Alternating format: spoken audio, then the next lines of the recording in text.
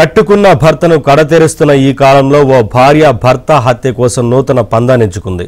భర్తపై విరక్తి చెందిన తాను అతన్ని కరెంటు పెట్టి తీవ్ర చిత్రహింస పెట్టి హత్య చేసింది. భర్తను చంపి దృశ్యం సినిమా తరహాలో మృతదేహాన్ని ఆటోలో తీసుకెళ్లింది. అయితే సీన్ రివర్స్ కావడంతో ఎవరికీ తెలియకుండా పూడ్చిపెట్టింది. ఈ ఘటన హైదరాబాద్ కూకట్పల్లి హౌసింగ్ బోర్డులో జరిగింది.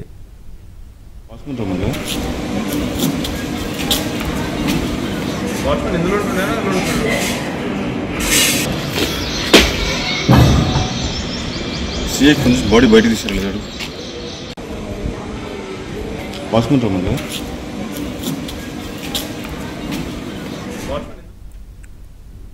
సాయిలు కవిత అనే దంపతులు 15 ఏళ్లుగా భయంకరమైన వ్యాధితో బాధపడుతున్నారు. ఇద్దరికీ కూడా వివాహేతర సంబంధాలు ఉన్నాయి. దీంతో కొన్నాళ్ల నుంచి వేరుగా ఉంటున్నారు. భర్త వేధింపులు భరించలేక చెల్లెలి భర్త సహాయంతో హతమార్చింది. అయితే మృతదేహాన్ని ఆటోలో తీసుకెళ్తుండగా డ్రైవర్కు అనుమానం వచ్చింది. డ్రైవర్ వీరిని ప్రశ్నించడంతో ఎదురు తిరిగారు. అతను వారిని తిరిగి వదిలిపెట్టి పోలీసులకు ఫిర్యాదు చేశాడు. దీంతో ఈ విషయం బయటపడింది.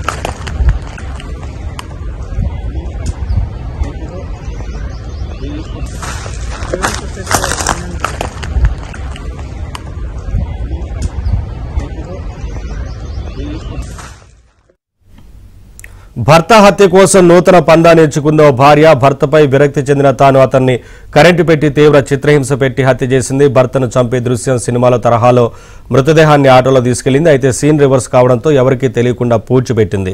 ఈ ఘటన హైదరాబాద్ కూకట్పల్లి హౌసింగ్ బోర్డులో జరిగింది. ఇదే అంశానికి సంబంధించి మరింత సమాచారం మా క్రైమ్ కరెస్పాండెంట్ శశిని అడిగి తెలుసుకుందాం. శశి, ఈ కేసు సంబంధించి పోలీసులు ఏం చెప్తున్నారు?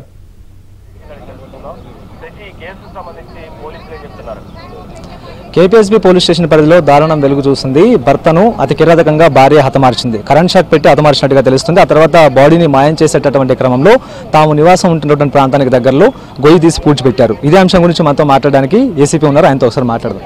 చెప్పండి సార్, అసలు ఈ దారుణం గురించి ఎలా తెలిసింది? ఎప్పుడు వెళ్ళవచ్చు? ఈరోజు మధ్యాహ్నం ఒక ఆటో డ్రైవర్ వచ్చి కంప్లైంట్ ఇవ్వడం జరిగింది. ఇట్లా అన్నోన్ డెడ్ బాడీ ఉన్నది సార్, ఇట్లా చేసిరు, మళ్ళీ ఇంటికి పోయి దించాను అని చెప్పారు.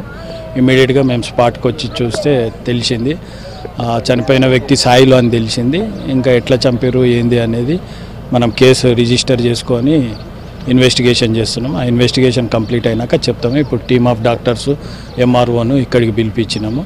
ఈ ప్లేస్ మీరు చూసిరు కదా, ఇదే ప్లేస్లో. అంటే ప్రాథమిక దర్యాప్తులో అసలు హత్యకు గల కారణాలు ఏంటనే అంశం గురించి ఇప్పుడు ఏం చెప్తున్నారు సార్? హత్యకు గల కారణాలు ఇంకా విచారించలేదు. మనకు ఒక ఆటో డ్రైవర్ ద్వారా తెలిసింది మనకి ఈ విషయము. దీనిపైన సీన్కి అసలు ఫస్ట్ డెడ్ బాడీ ఐడెంటిఫై చేసుకోవాలి కదా, ఉందా లేదా, లేకుంటే ఫేక్ న్యూసా అని చూసినాము. కరెక్ట్ న్యూస్ అని తెలిసింది. ఇప్పుడు టీమ్ ఆఫ్ డాక్టర్స్ వాళ్ళతో విచారిస్తే ఇతను భార్యాభర్తల మధ్యన ఏదో గొడవ అని తెలుస్తుంది. పూర్తి వివరాలు మనకు ఇన్వెస్టిగేషన్లో తెలుస్తాయి. అసలు మృతులు ఎక్కడ వారు సార్? ఇక్కడ ఏం చేస్తూ ఉంటారు సార్? ఇతను వాచ్మెన్ అని తెలుస్తుంది.